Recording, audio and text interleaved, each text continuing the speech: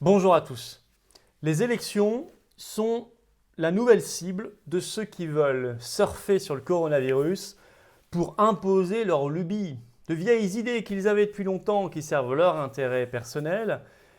Et ils profitent évidemment de ce coronavirus, cette crise sanitaire, pour faire passer, pour tenter en tout cas pour le moment de faire passer leur objectif. Décidément, ce Covid-19 a bon dos et il permet de faire passer beaucoup de choses, beaucoup de vieux projets de l'oligarchie.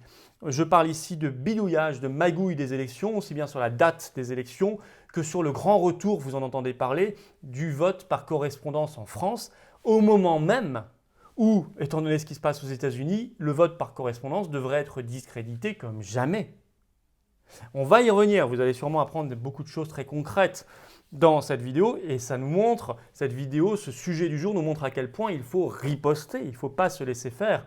Et à ce sujet, bravo aux référents départementaux des Patriotes qui ont d'ores et déjà déposé des rassemblements pour ce vendredi soir, au même moment, à la même heure, partout en France, à Paris bien sûr, mais aussi à Laon, à Lille, à Nîmes, à Nice, à Landerneau, à Vichy, à Caen, à Marseille, à Versailles, à Bordeaux, à Lyon, d'ores et déjà. Rapprochez-vous de vos référents départementaux, faites-en partie, rejoignez cette dynamique, venez avec nous. Venez avec nous. Sur le terrain, on n'est pas que dans le blabla, nous. Le lien pour adhérer se trouve en description, sous la vidéo, également en commentaire épinglé. Et en fin de vidéo, vous pourrez cliquer directement sur l'écran pour rejoindre les Patriotes, avoir cette carte orange. Et c'est le moment, ne laissez pas passer le train. Voyez bien que rien que le sujet du jour, ce tripatouillage des élections, ce retour du vote par correspondance nous oblige à réagir, à riposter et à le faire concrètement. Et je vous donnerai quelques informations précises sur le rassemblement parisien en toute fin de vidéo. Pour le reste, contactez vos référents départementaux. Mais je suis très heureux et bravo aux militants référents pour cette montée en puissance. Vous êtes les bienvenus aux Patriotes. Je vous attends. Bienvenue d'avance. Quant à mon livre Covid-19, l'oligarchie démasquée, info également en description. Sachez que nous avons baissé à 1 semaine le délai d'expédition, rien que pour vous. Alors sur ces élections, d'abord ils bidouillent, ils magouillent, ils tripatouillent. Alors sur la date notamment des prochaines élections départementales et régionales qui normalement ont lieu en mars prochain, mars 2021. Alors on nous a dit depuis quelques mois pour des raisons sanitaires, il va falloir les décaler.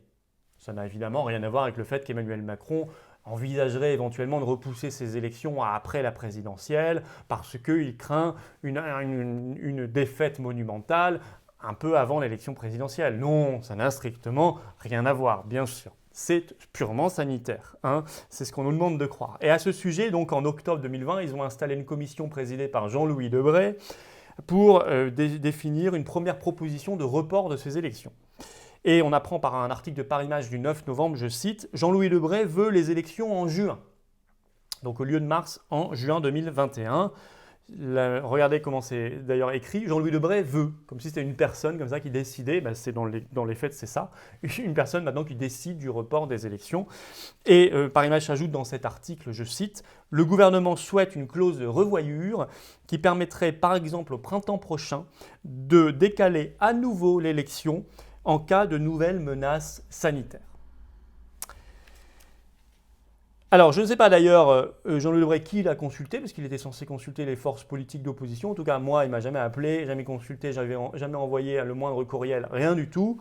Donc, je ne sais pas qui l'a consulté. En tout cas, il a déjà pris une décision et on nous apprend que le gouvernement pourrait éventuellement repousser encore plus les élections. Mais, en fait, celui qui a permis d'ouvrir cette boîte de Pandore, comme ça, de ce tripatouillage incroyable maintenant sur les élections, ce qu'on ne se serait pas permis il y a encore 10 ans, bon, enfin maintenant on le fait sans problème, c'est le Conseil constitutionnel lui-même. Lorsque, au printemps dernier, il a accepté et validé le fait qu'il y ait 3 mois d'écart entre le premier tour des municipales en mars 2020 et le second tour qui a eu lieu en juin 2020, sans refaire le premier tour, alors que la loi prévoyait normalement 1 semaine d'écart seulement entre les 2 tours, eh bien en validant ça, il a ouvert la boîte de Pandore. Il a envoyé un signal en disant tout est permis. On peut tripatouiller les élections. Et c'est bien ce qu'il ne se gêne pas de faire désormais. Alors deuxième méthode, là vous en entendez beaucoup parler, c'est le grand possible retour du vote par correspondance en France. Et ça c'est incroyable, il faut s'y arrêter parce que c'est un vecteur de fraude incroyable, incroyable. On le voit bien aux États-Unis en ce moment, je vais y revenir.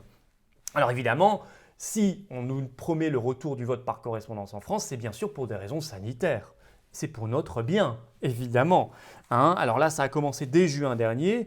C'était une proposition de loi d'un député MoDem, Jean-Noël Barrot, à l'époque, qui avait voulu retour du vote par correspondance. Bon, en juin dernier, on n'en a pas énormément parlé. Cette fois-ci, c'est beaucoup plus massif.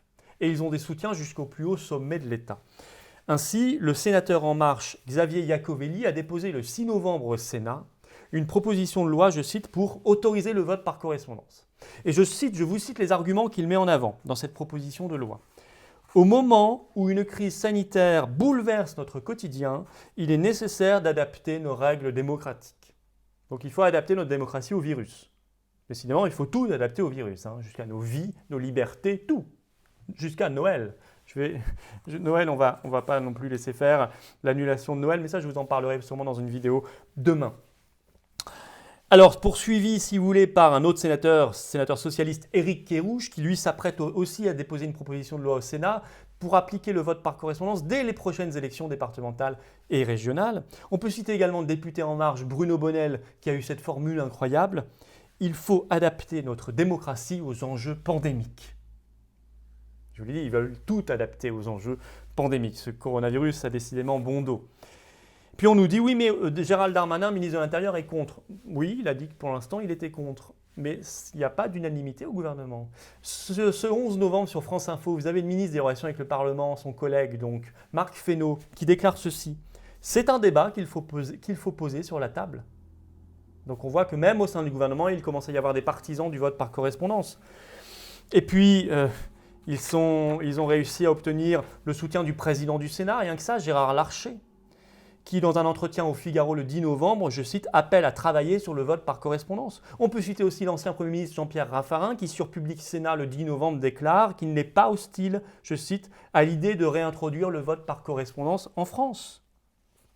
Également le président centriste du conseil départemental de la Mayenne, qui s'appelle Olivier Richefou. Lui, il s'est même déclaré carrément volontaire pour que son département teste grandeur nature le retour du vote par correspondance. Quant à Patrick Mignola, président du groupe MoDem à l'Assemblée nationale, il dit même le vote par correspondance, c'est l'évidence. Oui, ils vont nous faire passer ça pour l'évidence. Si vous ne voulez pas vous contaminer en allant dans un bureau de vote, en fréquentant des gens et donc risquer d'attraper le coronavirus, alors votez par correspondance. C'est l'évidence, nous dit-on du côté des relais de l'oligarchie. Pourtant, en France, ça a été supprimé en 1975, le vote par correspondance. Ça existait auparavant et il y avait énormément de fraude. Et d'ailleurs, vous retrouverez cet article du Monde du 13 novembre 1975, vous le trouverez sur un moteur de recherche très facilement, il est toujours en ligne. Je cite le titre de l'article du Monde. Pour réduire la fraude électorale, le vote par correspondance est supprimé. Ça, c'était 13 novembre 1975 en France. Alors, on se dit là, on parle des départementales et régionales, mais est-ce qu'il parle aussi de la présidentielle? Mais bien sûr. Croyez pas qu'ils vont s'arrêter en si bon chemin. Pour l'élection présidentielle, la seule différence, c'est qu'il faut plus qu'une simple loi pour modifier cela. Il faut ce qu'on appelle une loi organique. Alors, c'est quoi la différence entre une loi organique? Une loi organique, c'est un peu plus contraint. Il faut obligatoirement qu'elle soit votée par une majorité absolue de députés, et non pas une majorité simple. Et il y a un contrôle obligatoire du Conseil constitutionnel. Mais c'est la seule différence. Donc, vous voyez que c'est tout à fait faisable aussi, puisqu'ils ont la majorité absolue à l'Assemblée nationale. Or, le constitutionnaliste Jean-Philippe Desrosiers déclare sur ce sujet « Le vrai problème du vote par correspondance, c'est la sincérité du scrutin. » Et oui, regardez ce qui se passe aux États-Unis. Pour cette élection présidentielle, tous les litiges, toutes les suspicions de fraude actuelles aux États-Unis sont intégralement liées au vote par correspondance. Et en France, je vous l'ai rappelé en 1975, on l'a supprimé justement à cause des fraudes. Donc s'il y a bien un moment où on devrait écarter le vote par correspondance, c'est maintenant avec le spectacle qu'on a aux États-Unis et les fraudes démocrates suspectées, massives. Eh bien non, au contraire. On nous dit Covid-19 oblige et ça fait son chemin. En réalité, vous savez, la démocratie est déjà largement un mot, n'est plus qu'un mot en France. Parce que la démocratie, ce n'est pas que le moment où vous allez voter, c'est bien avant comment a été organisée la campagne électorale, comment se sont organisés les débats, comment on a organisé les confrontations d'idées. Or là, vous savez que il y a déjà tellement de différences en termes d'argent et de soutien médiatique, d'engagement équitable des médias ou pas, des médias de masse, que ça rend déjà la démocratie très illusoire. Et puis, la démocratie n'est plus qu'un mot quand vous êtes dans un pays qui n'est pas souverain, puisque de toute façon, vous avez le sentiment de voter pour rien, puisque de toute façon, les décisions sont prises notamment à Bruxelles ou à Francfort, à la Banque Centrale Européenne. C'est pour ça qu'il faut quitter l'Union Européenne. Bon. Mais c'est vrai qu'il y avait un moment qu'ils ne contrôlaient pas vraiment, c'était les opérations de vote en elles-mêmes, le vote en lui-même. Ça, c'est vrai que c'est quelque chose qui leur échappait. C'est pour ça qu'ils veulent introduire le vote par correspondance. Comme ça, même ça ne leur échappera plus. Et ils auront donc un contrôle total sur la soi-disant démocratie. Et oui, parce qu'en France, nous avons un vieux système, notamment depuis la suppression du vote par correspondance en 1975, qui était plutôt, il y a toujours un peu de fraude bien sûr, mais bon, globalement, c'est un système qui fonctionne plutôt bien quand même, avec ce système d'urne transparente, le bulletin de vote, l'isoloir, le bulletin de vote dans l'enveloppe, il y a la possibilité d'assister publiquement au dépouillement, etc. C'est quand même globalement, ça fonctionne mieux par exemple qu'aux États-Unis, ça c'est sûr, c'est plus fiable, c'est plus éprouvé. Ben, c'est justement ça qu'ils veulent casser par ce retour du vote par correspondance. Or, comprenez bien que s'il y avait le vote par correspondance avec des millions de bulletins de vote qui arrivent par la poste, ça empêcherait tout contrôle populaire. Ça en serait fini de ce modèle français, évidemment. Ça noierait toutes les opérations de vote dans un truc incompréhensible à l'américaine. Et c'est bien le but. Ça ouvre donc les portes à toutes les fraudes, évidemment. Évidemment. Il faut donc refuser absolument cette affaire. Et ce sera un des motifs supplémentaires de nos rassemblements de vendredi soir dont je vous ai parlé avec toutes les villes que je vous ai citées en début de vidéo. Il faut au contraire rétablir une vraie démocratie. Ça veut dire quoi? Une vraie démocratie, ça veut dire d'abord avoir la souveraineté nationale et la souveraineté populaire. Et donc quitter toutes les organisations supranationales, toutes. Les quitter. Clairement. Et puis, il faut introduire le référendum d'initiative citoyenne dans notre Constitution et faire en sorte que notre Constitution ne puisse être modifiée obligatoirement que par référendum, pas autrement. Ça, c'est déjà un vrai cadenassage réel de la démocratie et puis évidemment interdire totalement le vote par correspondance, mais aussi le vote électronique, parce qu'on ne sait pas ce qu'il y a derrière la machine et c'est possiblement aussi une source de fraude. Mais il faut aller plus loin que ça, il faut démasquer les profiteurs du coronavirus. Ceux qui profitent du coronavirus pour eux imposer le vote par correspondance, il faut les démasquer, comme on le fait aujourd'hui. Il faut démasquer aussi ceux qui veulent profiter du coronavirus pour imposer la suppression de l'argent liquide, c'est la même logique. Ceux qui vous disent, bah oui, on se contamine par les pièces et les billets de banque, donc il ne faut plus l'argent liquide, donc il faut tout numériser. C'est la même logique, le même argument de mauvaise foi, surfer sur le Covid-19 pour imposer de sombres projets qui étaient dans les tiroirs depuis bien longtemps, les projets de l'oligarchie. C'est le même mécanisme et c'est pour ça qu'on se rassemble. Alors à Paris, ce sera place Pierre-Laroque à 18h ce vendredi.